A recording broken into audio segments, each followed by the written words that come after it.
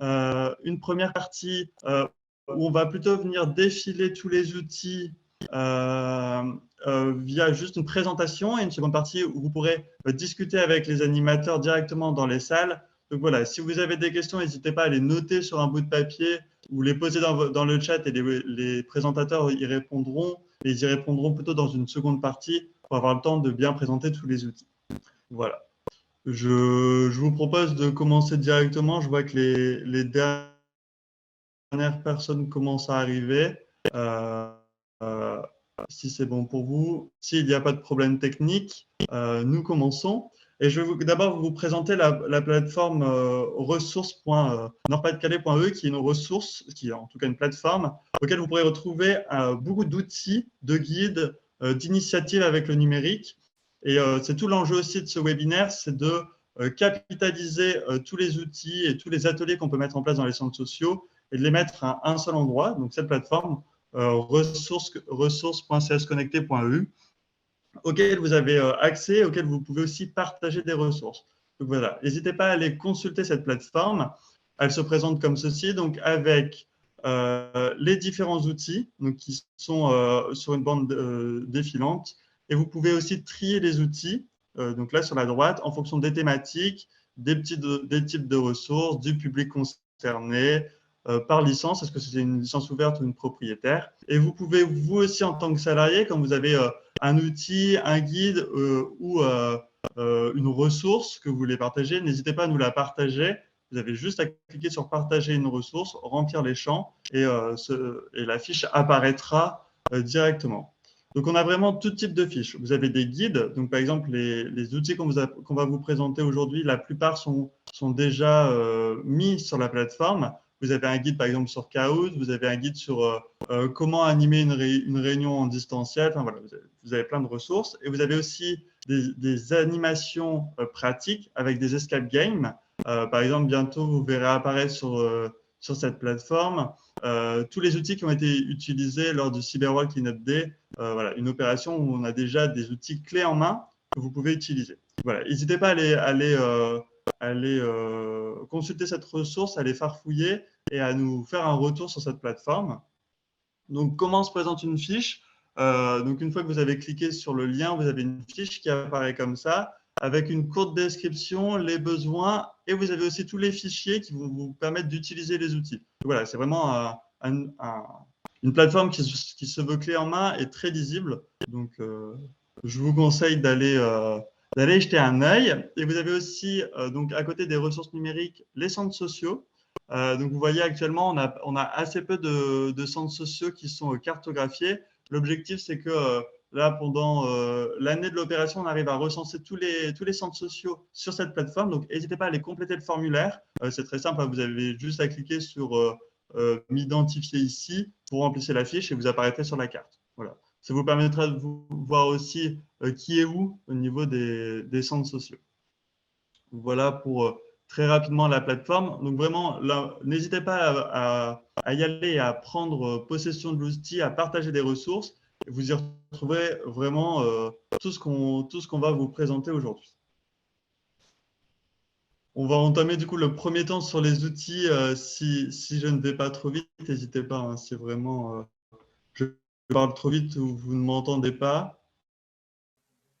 On va entamer le premier temps sur les plateformes de visioconférence. L'objectif, c'est de vous présenter du coup des plateformes que vous connaissez déjà comme Zoom, par exemple, que nous utilisons aujourd'hui. Mais surtout, on va prendre plus de temps sur d'autres plateformes, comme par exemple Teamflow, Gaverton ou Jitsi, qui sont d'autres plateformes que vous pouvez utiliser, certaines gratuites, certaines payantes. Voilà, je vous propose de découvrir ça ensemble aujourd'hui. Donc pour vous présenter Zoom, Zoom c'est un logiciel payant et propriétaire et l'objectif c'était surtout de vous présenter Solidatech. Comme Zoom est payant, vous avez la possibilité d'avoir une réduction sur le tarif de Zoom puisque Zoom en version gratuite c'est limité à 45 minutes donc vous avez un temps limité alors qu'avec la version payante vous n'aurez plus de limite que ce soit en nombre de personnes ou en termes de temps. Donc voilà. L'objectif de vous représenter, c'était surtout de vous présenter Solidatech pour ceux qui ne le connaîtraient pas. Et je vais passer la parole du coup à Rémi, qui va vous présenter Jitsi, qui est une alternative à cette plateforme. j'espère que vous m'entendez bien. Donc, pour Jitsi, c'est du coup une plateforme de visioconférence qui est libre et gratuite. Donc, ce qui est très pratique, c'est que c'est utilisable très facilement par tout le monde. Enfin, pour moi, pour ma part, par exemple, avec des habitants durant les confinements, c'était très facile d'accès. Il suffit de cliquer sur le lien et ça permet du coup aux personnes d'accéder directement à la visio, contrairement à Zoom, par exemple, où il faut installer l'application. Donc, c'est très facile d'utilisation. Je sais pas si tu peux passer à la diapo suivante, Mathieu. Voilà, donc là, c'est la page d'accueil. En fait, il suffit du coup de mettre un lien là où il y a écrit démarrer la conférence. Donc, on met le nom qu'on veut. Au final, c'est un lien qu'on ouvre, un lien Internet. Donc, juste de ne pas mettre 1, 2, 3, 4 ou visio-test pour pas que d'autres personnes rejoignent notre visio. Après, il suffit du coup de copier-coller ce lien et de l'envoyer par mail ou par d'autres outils aux personnes qui sont concernées. Et par la suite, c'est très facile. Donc, c'est comme les autres visios, voilà, l'activation de la caméra, de l'audio. Et on a la possibilité d'accéder aux paramètres, donc comme les autres visios, de pouvoir enregistrer, d'afficher en plein écran, voilà, d'inviter aussi des participants directement de cette manière-là par courriel, voilà, de diffuser en direct et couper le micro ou la caméra à tout le monde. Donc, franchement, moi, j'ai jamais eu de soucis avec. Ça fonctionne très bien. Et moi, je le conseille si vous le faites avec des personnes voilà, qui ont des difficultés sur le numérique. Pour moi, c'est une des plateformes les plus simples à utiliser en visioconférence si on a qui ont des difficultés avec l'ordinateur. Voilà pour Jitsi. Après, si vous avez des questions par la suite, on verra tout à l'heure. Mais faut pas hésiter. Enfin, pour faire des visios, faut pas hésiter à l'utiliser. C'est vraiment facile. J'ai une petite remarque à faire Alors, je concernant reprends là. Jitsi. Ouais, Vas-y, vas-y. ouais, donc nous en fait, on avait rencontré quelques problèmes parce que on a un Mac dans le parc informatique et en fait avec le Mac, ça posait des problèmes pour utiliser Jitsi. Alors on n'est pas allé voir plus que ça, puisque du coup, on a switché sur Zoom par souci pratique. Alors, est-ce que ça venait de Jitsi ou est-ce que ça venait du navigateur? Mais voilà, juste dire que nous, de notre côté, on a rencontré quelques problèmes. Alors, je ne sais pas si d'autres ont rencontré un problème identique avec un Mac sur Jitsi. Moi, je peux pas dire ouais, avec Mac. J'ai jamais utilisé avec Mac. J'ai jamais eu de retour là-dessus. Donc, je sais pas. Bon. En tout cas, j'ai jamais eu de problème. Je l'utilise avec Linux, moi. C'est Sadok hein, de Soma. Je l'utilise avec Linux, pas de problème. Avec mon iPhone, j'ai installé l'application, pas de souci avec Mijitsi. Je pense que c'était plutôt un problème de navigateur et d'autorisation. Parce que Hmm. sinon, ça fonctionne très bien. Idem pour moi. Moi, je l'utilise sur Mac, pas de problème. Ok, bon. Ok, bah merci de votre retour. On te laissera creuser la question, Stéphane. Si jamais il y a un problème de manipulation, n'hésite pas à nous faire un retour. Comme ça, on l'ajoutera dans la fiche de Jitsi dès qu'elle apparaîtra sur la plateforme ressources. Pour ceux qui m'ont Ouais, posé la ça question, marche. effectivement, un petit problème de connexion. Petit problème de connexion de mon côté. J'espère que ça va se régler, que c'était juste lié à un appel sur mon téléphone. Si jamais ça coupe encore, on verra pour reswitcher le présentateur pour que vous puissiez avoir une bonne présentation. Je vous propose de passer à la deuxième outil du coup qui est Gaverton. Et c'est Antoine qui va nous présenter comme il l'a déjà utilisé. Antoine, une petite question. Est-ce que tu veux que je lance la vidéo d'abord ou tu veux présenter? Je vais présenter très vite l'outil et je te propose de lancer la vidéo. Donc du coup, Gazerton, il va se rapprocher. Non, juste avant, t'inquiète. Genre, je fais juste l'introduction. C'est un outil d'introduction là où en fait, on va proposer à nos participants de se retrouver ensemble dans un petit jeu vidéo. Et donc, c'est un logiciel qu'on peut utiliser pour nos conférences. Donc, par exemple, pour cet événement, par exemple, on aurait pu l'utiliser. Et je vais laisser Mathieu lancer la vidéo tout de suite pour vous montrer un peu plus à quoi ça ressemble.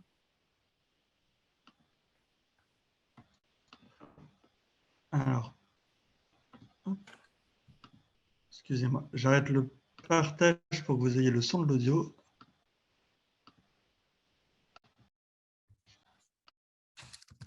Bonjour à tous et bienvenue dans Gazertown. Gazertown est un espace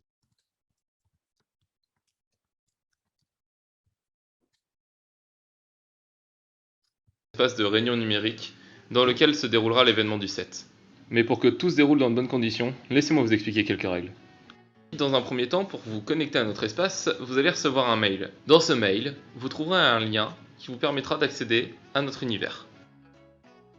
Une fois que vous avez cliqué sur ce lien, vous devez autoriser votre navigateur à utiliser votre webcam ainsi que votre micro. Cela va nous permettre de vous voir et de vous entendre.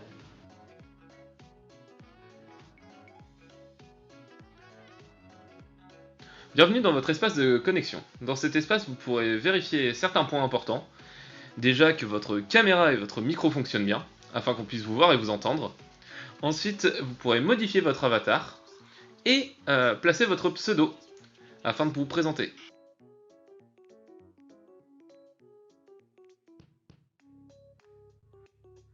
Dans cet espace, vous pourrez modifier votre avatar. Ainsi, vous pourrez modifier ses vêtements, leur couleur, ainsi que la coupe de cheveux. Je vous laisse vous amuser pour faire quelque chose qui vous ressemble.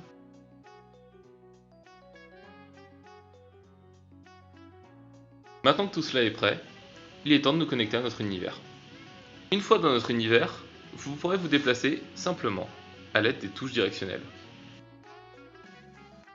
Ainsi, en appuyant vers le bas, vers la gauche ou vers la droite, ou même vers le haut, votre personnage suivra la direction indiquée. Il existe deux façons de communiquer dans Gazertown. La première est de s'approcher d'une personne. Ainsi, comme vous pouvez le voir, les deux caméras apparaissent et vous pouvez discuter. Dans un autre temps, si vous rejoignez un salon, c'est-à-dire si vous entrez dans un espace, vous verrez tous les gens qui sont dans cet espace s'afficher et vous pourrez discuter avec eux. Afin de vous déplacer plus facilement dans notre univers, vous pouvez aussi choisir de suivre une personne. Pour cela, c'est très simple. Il vous suffit de faire un clic droit sur cet avatar et de choisir Follow. Ainsi, vous la suivrez automatiquement. Dans notre salle de réunion, vous pourrez être amené à interagir avec certains objets. Comment les reconnaître? C'est très simple.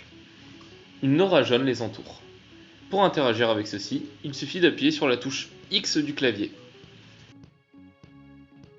Et ainsi, un menu se démarre. Par exemple, sur ce tableau, on peut voir apparaître aussi bien des écrits que des images. Ces tableaux seront notamment utilisés lors des ateliers collaboratifs. Enfin, pour terminer, durant toute votre aventure dans notre monde, vous pourrez vous exprimer à l'aide de smileys en utilisant le petit menu qui se trouve en bas de votre écran. Et voilà, vous avez maintenant tous les éléments pour pouvoir suivre notre événement. A tout de suite! Donc, comme vous l'avez vu dans cette vidéo, la praticité de cet outil, c'est son aspect ludique. C'est-à-dire qu'il est très sympa, il est très simple d'utilisation. On va le mettre, je vais quand même le classer niveau moyen, parce qu'il va demander un peu de travail parfois pour commencer à élaborer ses premières maps et pour faire les maps dans lesquelles on va accueillir nos invités, mais il y en a déjà des prédéfinis qui sont très bien. Les trucs qui fonctionnent très bien et qui plaisent beaucoup, c'est la possibilité de customiser son avatar comme vous avez pu le voir dans la vidéo. On voit un peu plein de gens de façon différente. Et enfin, la dernière slide, c'est que c'est un outil qui s'adapte à la taille de votre équipe et votre réunion. C'est-à-dire que du coup, nous, on a fait notre événement de lancement sur celui-ci dû au contexte sanitaire. Et ben, on a pu accueillir une centaine de personnes sur la plateforme sans problème. Donc, on a dû payer l'hébergement, etc. Mais on a pu accueillir une centaine de personnes pour l'événement. Et à contrario, moi, par exemple, j'ai formé mes salariés à l'utiliser. Et donc, du coup, dans certains de mes centres, ils l'utilisent pour des petites réunions à 8. Donc, à 4 ou à 8. Donc, c'est vraiment un outil qui peut s'adapter à la taille de l'équipe. Et c'est aussi quelque chose de très pratique. Et il est gratuit en dessous de 20 personnes qui accèdent à l'espace, je crois. Voilà, si vous avez des questions, n'hésitez pas. Il est gratuit, oui, c'est ça. C'est 20. Pour complément d'information, du coup, il est gratuit pour 25 personnes, limité à 45 minutes. C'est bien ça. On va peut-être laisser les questions plutôt pour le temps d'après. Du coup, on sera par salle et on va passer du coup à TeamFlow. TeamFlow qui est du coup exactement sur le même principe que Gaverton. C'est l'interface qui va changer et qui est aussi du coup un outil payant et collaboratif et qui se présente comme ceci. Désolé, je n'ai pas eu le temps de faire la même vidéo que Antoine, mais du coup, au lieu d'avoir un personnage, c'est plutôt une bulle avec votre caméra et qui là prend plutôt une forme de bureau. Donc, on est vraiment sur un espace bureautique avec aussi la possibilité d'interagir avec des notes et la prise en main de documents partagés. Donc, c'est vraiment aussi l'avantage, tout comme Gaverton, c'est qu'on peut avoir des documents partagés qu'on travaille ensemble et en même temps. Par contre, contrairement à Gaverton, la version gratuite est beaucoup plus limitée. On est sur 8 personnes. En tout cas, dans ce que j'en ai compris et dans l'utilisation que j'en ai eue, on était bloqué à 8 personnes maximum. Par contre, pas de limite de temps pour ma part. Par contre, prise en main difficile. En tout cas, quand vous voulez personnaliser vous-même le bureau, le format et qui et à quel endroit on met le micro, là, ça devient une prise en main plus complexe. Mais pareil que Gaverton, on a des maps qui sont déjà prédéfinis et qui permettent une utilisation assez simple.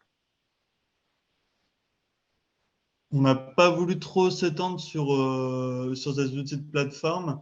On va prendre un peu plus de temps du coup sur les outils qui vont être plutôt dans votre pratique. Du coup, là, on a ciblé 4 premiers outils, Quizy, Scout, Aslide et Genially, où l'objectif, c'est vraiment de vous présenter rapidement les fonctionnalités de l'outil, mais surtout de vous parler de comment on l'a utilisé dans nos pratiques.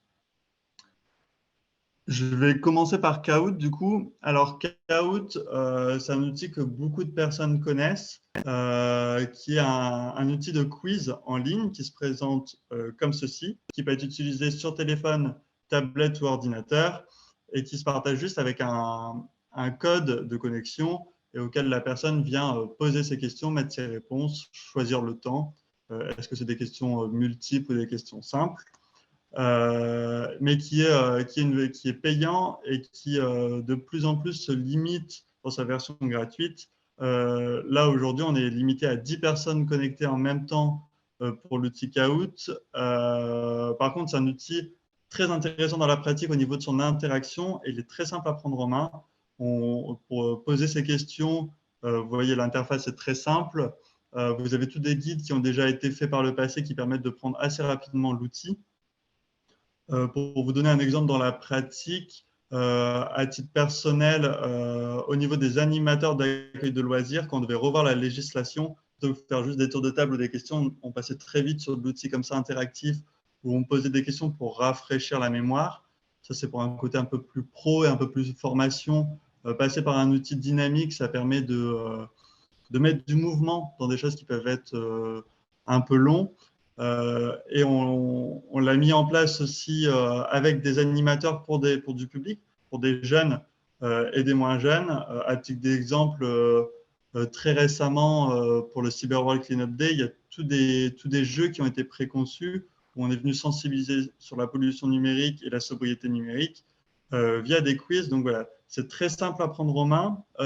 Pour le public, quand on est sur un téléphone, bon, bien sûr, ça demande d'être équipé, mais quand on est sur un smartphone, c'est vraiment les 4 carrés, le triangle, le losange, le rond et le carré. Avec les couleurs, on a juste à cliquer dessus. Donc, vraiment une prise en main très simple, qui est un outil du coup très facile à utiliser dans sa pratique et qui ne prend pas trop de temps à programmer. Voilà, je passe très rapidement sur Kahoot parce que je sais que beaucoup de monde le connaît s'il l'utilise déjà. Je ne sais pas si quelqu'un veut faire un retour d'une expérience forte qu'il a vécue avec ou on propose un autre outil, peut-être on est limité à 3 sur Kahoot. Alors, normalement,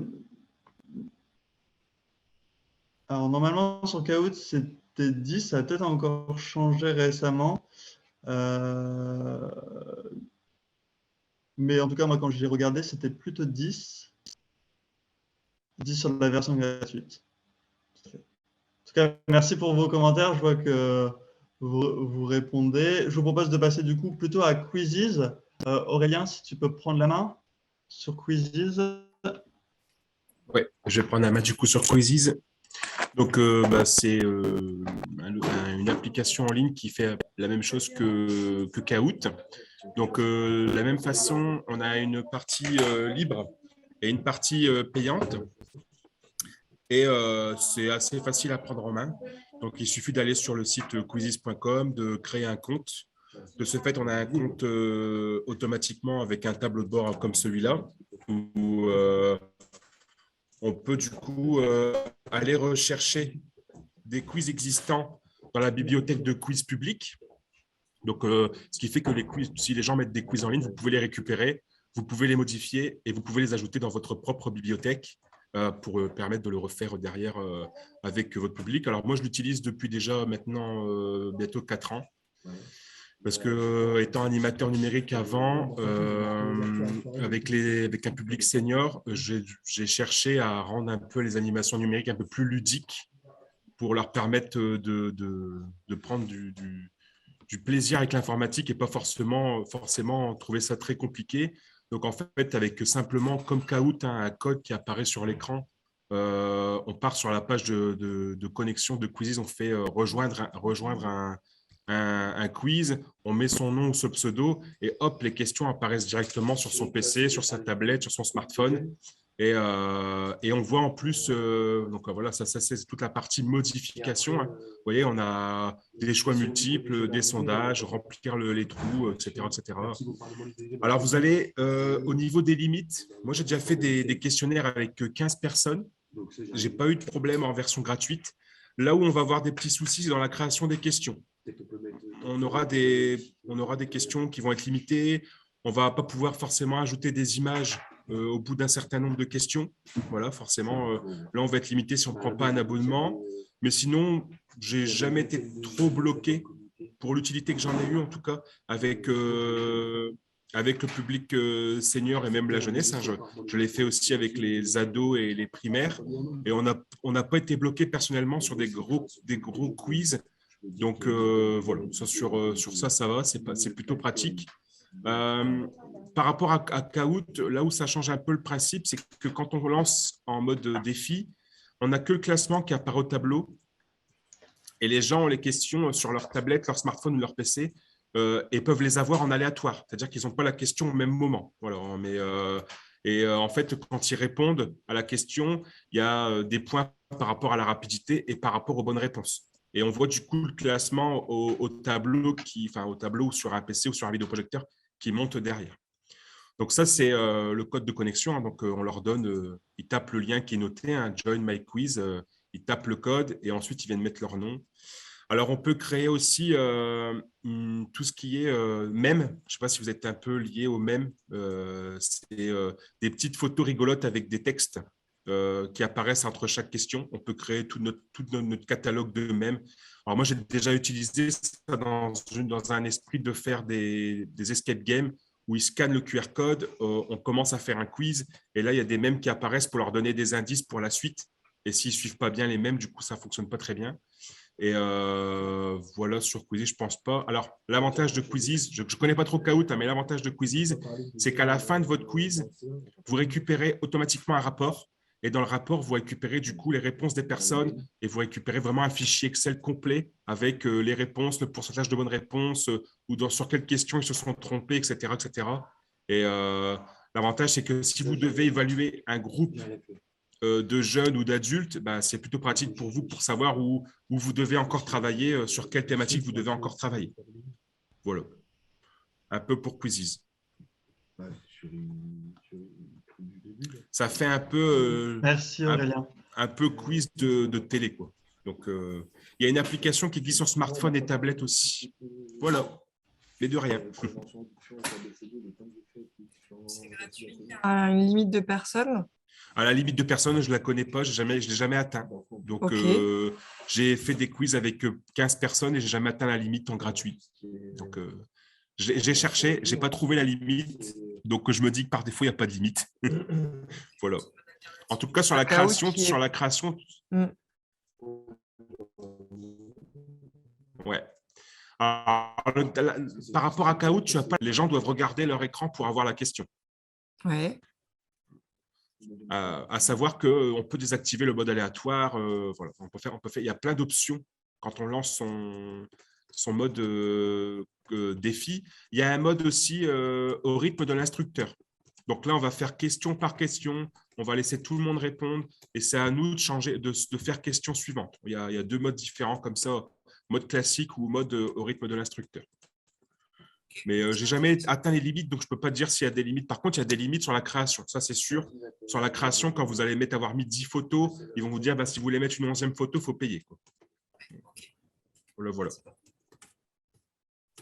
Moi, j'ai une question qui s'apparente un peu à une proposition. Alors, je ne sais pas, peut-être que ça a déjà été fait ou si ce n'est pas fait, je ne sais pas si c'est possible de faire, mais ce serait faire un tableau comparatif quand il s'agit d'outils qui sont équivalents comme Quizzes, Kahoot. Je crois qu'il y a un 3e équivalent dont on va parler, c'est Slides, je crois.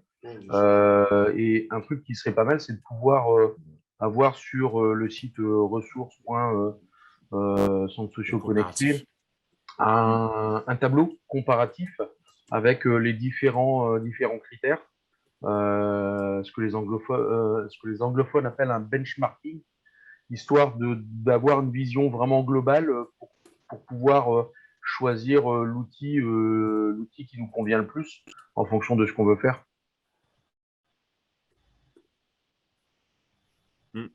Carrément. Donc ça après, bien. Moi, savoir que j'ai jamais utilisé Kahoot parce qu'on l'a fait pendant le Cyber World Cleanup Day, mais j'avais trouvé Quizzes il y a quelques années. Du coup, j'ai toujours utilisé que Quizzes. Je n'ai pas cherché d'autres outils. Donc, ouais, bien sûr, ouais. Mais j'ai pas de point de comparaison du coup avec Kahoot pour le moment. Ouais, bien sûr, ouais. Bien sûr. Mais ça pourrait être fait, tout tester puis essayer de le faire. Ouais, c'est vrai qu'on fait tous ça la plupart du temps quand on trouve un outil qui nous convient. On reste là-dessus pour faire ce qu'on a à faire. On ne va pas forcément comparer tout ça, quoi. Donc après, bon, c'est pour ça que je posais la question de la faisabilité parce que est-ce que c'est faisable? Oui, c'est faisable. Mais après, est-ce qu'on peut allouer des ressources pour faire ça, quoi?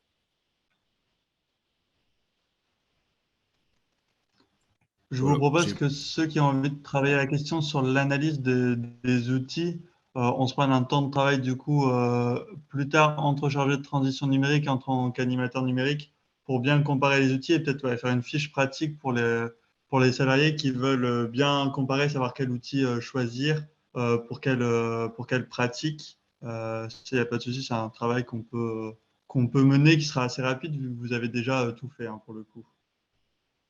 Du coup, oui, tout à l'heure, tu parlais de Slide. Je vais laisser Cyprien me présenter, comme ça, vous aurez bien un panorama des outils, en tout cas, que nous, on connaît. C'est vraiment pas une liste exhaustive. À mon avis, il y a encore des sites qu'on n'a pas encore vus et qui ont aussi ces possibilités d'animation. Donc voilà, je pense que c'est un catalogue qui va aussi s'enrichir avec notre pratique et votre pratique. Donc, n'hésitez pas à nous partager des outils de quiz que vous connaissez aussi et qu'on n'a peut-être pas encore vus.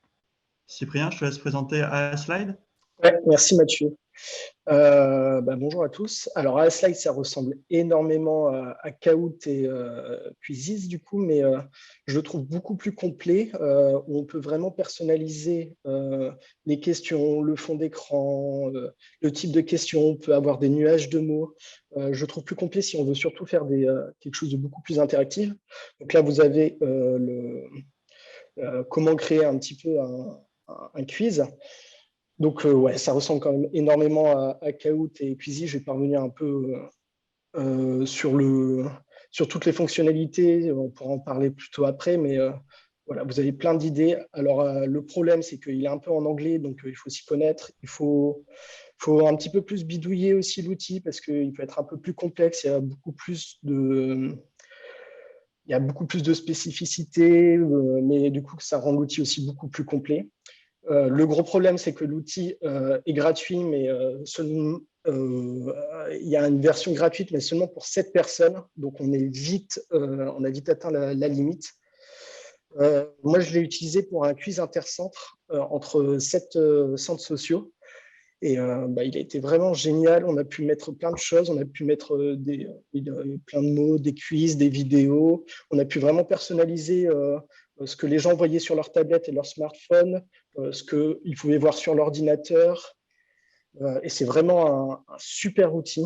Après, je pense qu'il faut savoir le bidouiller. On pourra en parler après, où je pourrais peut-être vous présenter un petit peu plus aussi toutes les différentes caractéristiques de l'outil. Et voilà.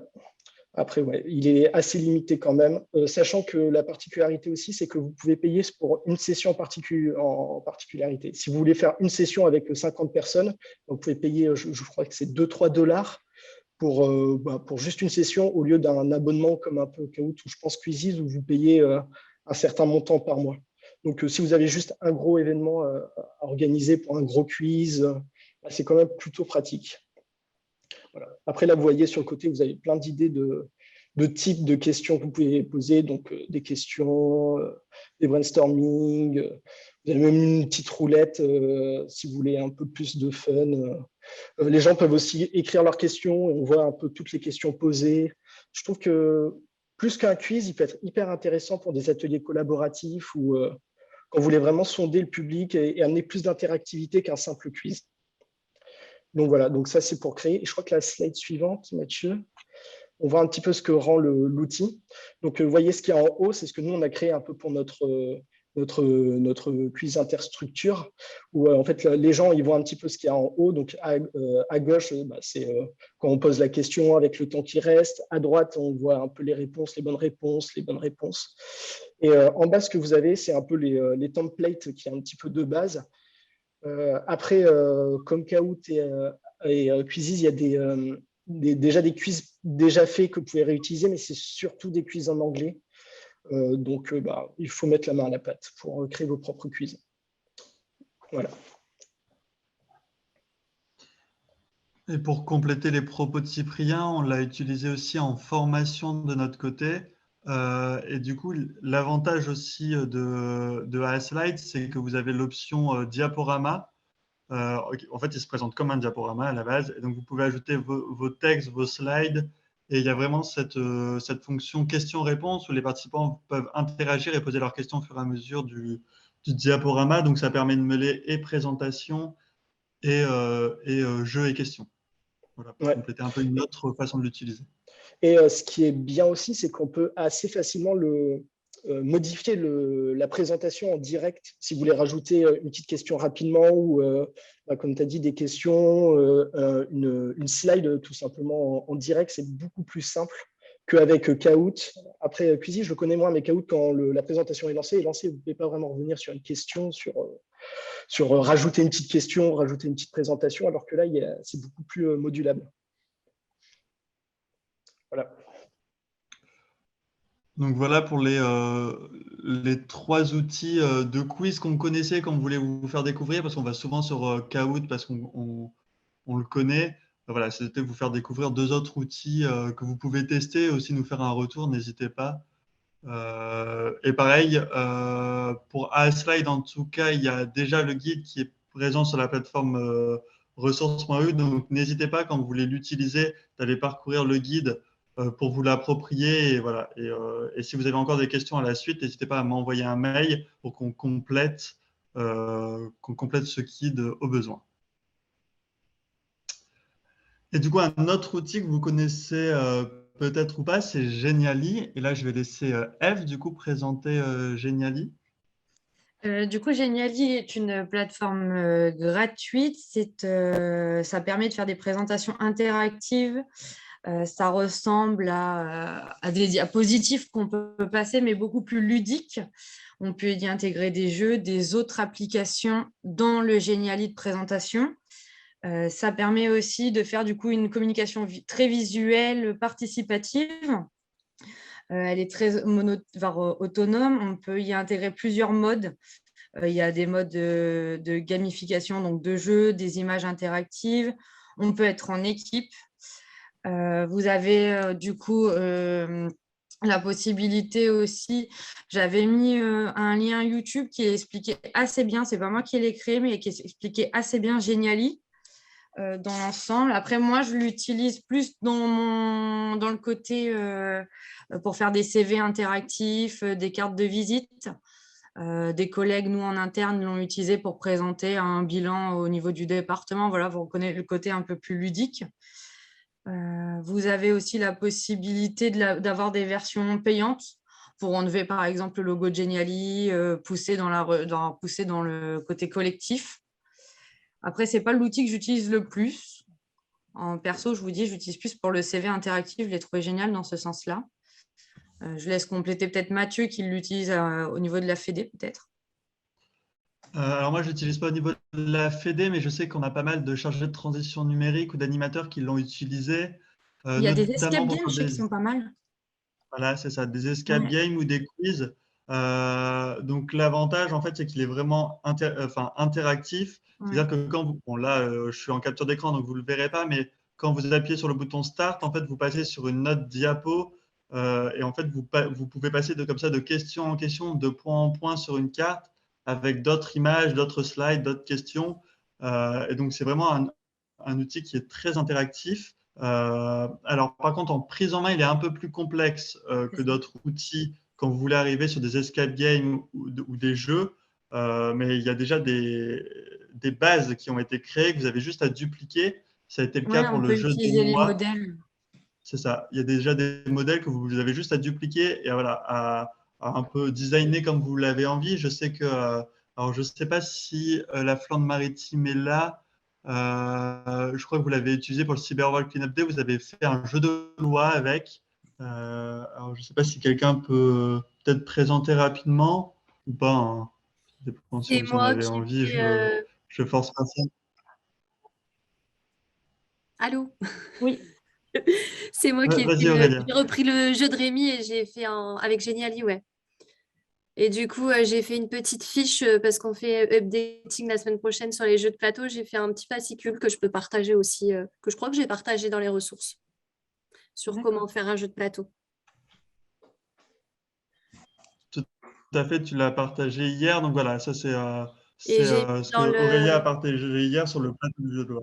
des ressources. Et là, j'ai mis dans les discussions le lien sur le Geniali du dictionnaire des outils numériques qui avait été fait par les Flandres Maritimes. Bah, c'est gentil, merci. Bah, de rien. Et oui, c'est vrai qu'on dans les inspirations, c'est rangé par thème sur Geniali. Il y a une barre de recherche, donc en fonction, on peut retrouver des modèles et le dupliquer.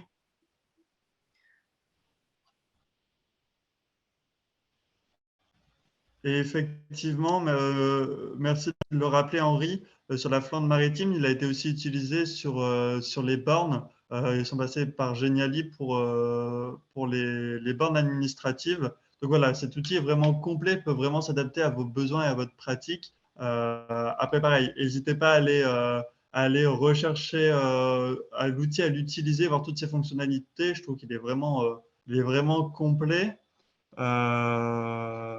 Mais il faut le prendre en main. Alors, En tout cas, pour compléter ce que tu dis, Mathieu, c'est vrai que alors, moi, je ne connais pas super bien Geniali, mais du peu que je sache dessus, c'est un outil très puissant et notamment, on peut exporter les contenus dans un format standard.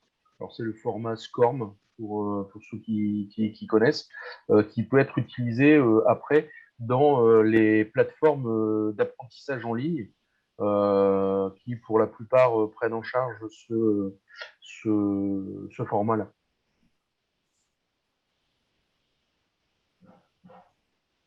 Ok, merci pour la précision, Stéphane. Je ne sais pas s'il y a quelqu'un qui veut faire un autre retour sur Geniali. Je vois que vous êtes beaucoup à partager dans le chat ce que vous faites. Et merci pour vos partages, en tout cas.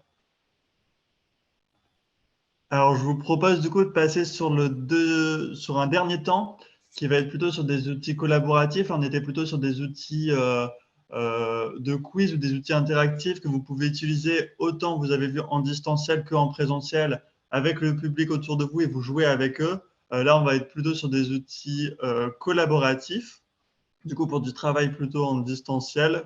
quoique pas forcément, on va vous expliquer tout ça. Et je laisse du coup encore Eve nous présenter le Padlet. Du coup, le Padlet, c'est un mur virtuel collaboratif. Il est gratuit, libre. Il est collaboratif dans le sens où on peut le partager et être plusieurs à modifier ou à rajouter des choses sur le même mur. On peut créer des colonnes, renommer les colonnes, et quand vous verrez tout à l'heure sur la salle, je pourrais présenter le mien, il y a des petits plus qu'on appelle ça des posts, et ça permet par exemple de mettre un titre et puis un lien rapide, on peut mettre des vidéos, on peut mettre des jeux, c'est vraiment une base où on peut stocker nos ressources au même endroit sur un site internet, donc qui permet de, peu importe où on se connecte, de retrouver cet outil rapidement. L'inconvénient, c'est qu'on ne peut pas faire plus de 3 Padlets, sinon il devient payant. Après, dans son ensemble, c'est quelque chose que vous pouvez partager. Il est personnalisable. Vous pouvez changer les fonds, mettre la couleur que vous voulez, ce qui nous attire au niveau visuel. Moi, je l'utilise surtout pour ranger vraiment toutes mes ressources. Ce qu'on fait ensemble, je le mets aussi en plus sur le Padlet, qui me permet de retrouver assez facilement, si je n'ai pas mon ordi perso, de le retrouver en ligne, quoi. Donc voilà un peu pour Padlet. Après, je pourrais l'expliquer plus. Là, au niveau de la création, c'est quelque chose de très simple. L'utilisation, il est libre. Je pourrais l'expliquer plus en détail dans une salle après pour montrer le mien. Et là, je vous ai partagé à quoi ressemble visuellement un Padlet. Donc, c'est vrai qu'en termes de catalogue, c'est ce que tu expliquais, hein, c'est très simple et très visuel. C'est ça. Vous appuyez sur le petit plus et vous partagez le lien. L'image se met automatiquement ou la vidéo et vous retrouvez votre bibliothèque de ressources très facilement. On peut se mettre des notes, on peut ajouter des commentaires entre personnes dessus en fonction s'ils ont des compléments d'information. Dès qu'il y a une modification faite, moi, je suis alertée aussi des collègues. Donc, on voit notre Padlet tous commun sur cet outil. Franchement, c'est top. Donc, voilà, si vous ne connaissez pas le Padlet, voilà un outil qui peut vous être utile dans la pratique, en tout cas. C'est bon pour toi, Eve? Je passe du coup je compléterai tout à l'heure. à Klaxoon. Du coup, Klaxoon, là, qui est un outil du coup de post-it qui va vous permettre de collaborer ensemble sur une même plateforme.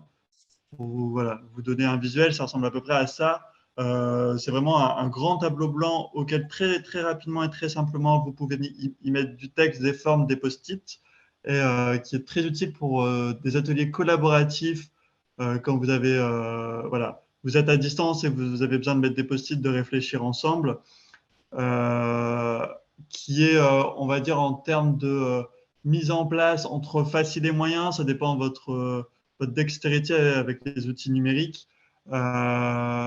Vous voyez, hein, là en bas, on met très facilement du texte, des formes, on peut effacer. Et pour les post-it, en tout cas pour les participants, c'est très simple, il suffit juste d'appuyer sur plus, de taper avec le clavier ce qu'ils ont envie de mettre sur leur post-it, et il affiche, et on peut déplacer les post-it, on peut y mettre des couleurs avec des codes couleurs, comme vous voyez hein, ici, le code couleur qui apparaît. On peut venir trier les post-it en fonction des couleurs ou des tags qu'on vient leur mettre. Enfin, voilà. Vraiment un outil qui est assez complet. Sa limite, c'est qu'il est payant. Donc, il y a une version gratuite. Donc, c'est 15 personnes maximum pour 100 post-it en tout sur le mur. Donc, voilà, si vous êtes une petite équipe, ça peut convenir. Après, quand on est sur une grosse équipe, faut plutôt opter sur une version payante. Après, c'est très utile quand on veut préparer une réunion pour faire un petit retour d'expérience. Nous, c'est un peu comme ça qu'on fonctionne quand on est sur des réunions un peu complexes où plutôt que faire un tour de table, on vient créer ce qu'on appelle un board, donc une page blanche en amont. On met tous ces post-it en amont. Du coup, on envoie le lien 2-3 jours avant et on vient le compléter, ce qui permet de récolter toutes les problématiques en amont et d'arriver juste à la réunion pour trier ces post-it. Voilà, ça fait gagner un petit gain de temps. On l'a utilisé en formation aussi pour avoir des retours d'expérience ou de se placer. Enfin, voilà. Vous voyez là, sur le board qui est là, c'est plutôt d'écrire le positif et le négatif. Il est vraiment libre et clair. Et pareil, tout comme les outils qu'on vous a présentés avant, il y a déjà des boards tout fait. Celui-là, c'est un board qui est fait, que vous avez juste à copier-coller et à dupliquer. Donc vraiment un outil qui peut être utile avec cette limite du coup de payant et de propriétaire. Et c'est pour ça qu'on vous propose de vous présenter Colibri. Donc, je ne l'ai pas encore utilisé pour le coup, Colibri. C'est en tout cas un outil qu'on a trouvé en cherchant un peu. C'est un outil qui est gratuit et libre pour le coup et qui se présente du coup comme ça, donc beaucoup plus simple. Vous avez quand même moins de possibilités de travailler, mais quand c'est juste sur du post-it et sur du board de pilotage, il peut amplement faire l'affaire. Donc c'est voilà, un board très simple, c'est vous qui définissez les colonnes, les titres, les couleurs des post-it. Vous pouvez aussi mettre des pastilles là sur le côté. Je pense que c'est un outil qu'il faut aller creuser. Je ne peux pas vous faire de retour d'expérience pour le cours sur celui-là, mais ça me paraissait important en tout cas de vous en parler, de post-it.colibri.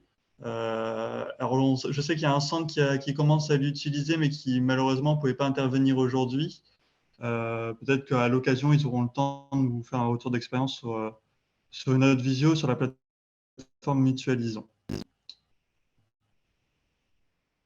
Voilà, je suis désolé, je vais un peu vite, mais en tout cas, s'il y a des questions, je prendrai le temps de vous l'expliquer juste après. Et on arrive à la fin, donc je voulais vous présenter un dernier outil parce que vous allez l'utiliser à la suite du webinaire. C'est Centimis, c'est un logiciel pareil qu'on a trouvé en farfouillant sur Internet et sur cette toile qui a beaucoup d'outils. Centimis, c'est un questionnaire et du coup un questionnaire qui change un peu de ce qu'on peut faire sur les grandes plateformes comme Google Forms ou sur les Framaforms et qui est un peu plus ludique parce que le questionnaire ressemble à ça. Donc voilà, un questionnaire plus ludique avec des smileys interactifs, des barres ici qu'on peut avancer, reculer et qui est, en tout cas, quand moi je l'ai utilisé, je trouvais très simple d'utilisation pour la création des questionnaires. Vous êtes sur une page blanche comme ça, vous avez le choix de la question, donc ça peut être des boutons, des cases à cocher, le personnage de satisfaction du texte, enfin, voilà. Un outil qui est simple d'utilisation et qui change un peu des Frama et des GForm qui sont souvent un peu ternes, ce qu'on considère un peu ternes. Voilà. Un outil que je vous propose d'essayer, donc ça sera un test en live parce qu'on n'a pas le temps de l'essayer en amont. On verra si on arrive à avoir autant de réponses parce que du coup, c'est un outil qui a été créé et qui a été arrêté. On a accès d'ailleurs au logiciel qui s'est arrêté en 2016, mais auquel on peut encore créer des questionnaires et avoir des résultats pour vous afficher un peu voilà à quoi ressemble le résultat quand les personnes ont répondu. Donc là, c'est moi qui ai répondu, bien entendu. Donc vous pouvez exporter le tout en PDF et en tableur. Donc voilà, à voir sur une grande échelle, parce que là, on est 60. Je me dis que si on est 60 à répondre, on aura vraiment utilisé et éprouvé l'outil. Et je pourrais faire une petite note sur comment utiliser l'outil pour ne pas le perdre. Mais voilà, il est quand même très simple d'utilisation. Peut-être petite attention, quand vous voulez vous inscrire, inscrivez-vous en version anglaise. Alors, je ne sais pas pourquoi, je pense qu'il y a eu un problème lorsqu'ils l'ont créé. Et comme ils ne refont plus de mise à jour, le bug ne part pas. Et vous vous connectez d'abord en anglais pour créer le logiciel et vous repassez en français. Et après, tout est traduit en français. Et voilà, c'est pour l'inscription, il faut passer en anglais, sinon vous n'êtes pas inscrit, vous ne pouvez pas créer de questionnaire. Donc, vous recevrez un lien tout à l'heure à l'issue du webinaire avec la rediffusion et ce questionnaire. Et voilà, on vous propose d'évaluer un peu ce premier webinaire à cette sortie pour nous faire un retour et peut-être aussi nous préciser est-ce que ce format de webinaire vous a plu? Est-ce que vous avez d'autres thématiques que vous avez envie d'essayer? Est-ce que vous avez des remarques en général? Voilà. On vous proposera ça à l'issue du questionnaire. Et donc, on va passer à un deuxième temps qui est plutôt un temps d'échange. Donc voilà, il nous reste une grosse demi-heure pour échanger autour des questions. Comme on est nombreux, on a préféré plutôt que passer du temps tous ensemble sur la même salle, on va créer des salles auxquelles vous pourrez rejoindre parce qu'avec Zoom, du coup, on n'a pas le temps de vous le présenter, mais vous pouvez créer des salles de discussion. Et donc, vous pourrez rejoindre les salles en fonction du titre de la salle. Donc, vous avez juste à cliquer sur le bouton « Rejoindre » Et quand vous avez eu les informations, vous posez les questions que vous avez posées, vous pouvez aller dans une autre salle. De la même manière, vous cliquez sur l'onglet salle de discussion en bas et vous faites rejoindre sur la salle et vous allez passer comme ça de salle en salle en fonction de ce que vous avez bien, des questions que vous avez à poser. Si vous n'avez pas de questions, aucun souci. Vous pouvez bien entendu partir quand vous le souhaitez, il n'y a aucune obligation. Et on va créer une dernière salle après tous ces outils, la salle On n'y a pas pensé. Une petite salle où vous pouvez venir échanger, discuter avec nous. Angéline va être là-bas pour échanger. N'hésitez pas si vous avez des remarques, des suggestions, d'autres outils, vous voulez approfondir d'autres choses, n'hésitez pas à rejoindre Angéline sur cette salle. Et avant de lancer du coup ces salles, je vais peut-être laisser Angéline, si tu peux prendre la parole, le temps que je crée les salles pour ne pas perdre trop de temps, expliquer nos prochaines rencontres. Bien sûr. Oui, donc nous avons pensé à des prochaines rencontres sous ce même format, hein. On gardera ce format Webinum. Donc la prochaine rencontre est prévue le 6 mai, donc pareil, sur les mêmes horaires. Donc là, ça va être tout ce qui va être des projets autour des jeux vidéo. Donc si vous avez des choses à partager, surtout n'hésitez pas à revenir vers nous, vers Mathieu et moi, si vous souhaitez partager des petites pépites. Et une autre rencontre aussi qui a été programmée là pour le 20 mai. Donc là, c'est pour tout ce qui est les outils de vote et de gouvernance en ligne. Donc, c'est pareil, s'il y a des outils que vous souhaitez partager sur cette thématique, n'hésitez pas à nous faire remonter vos outils.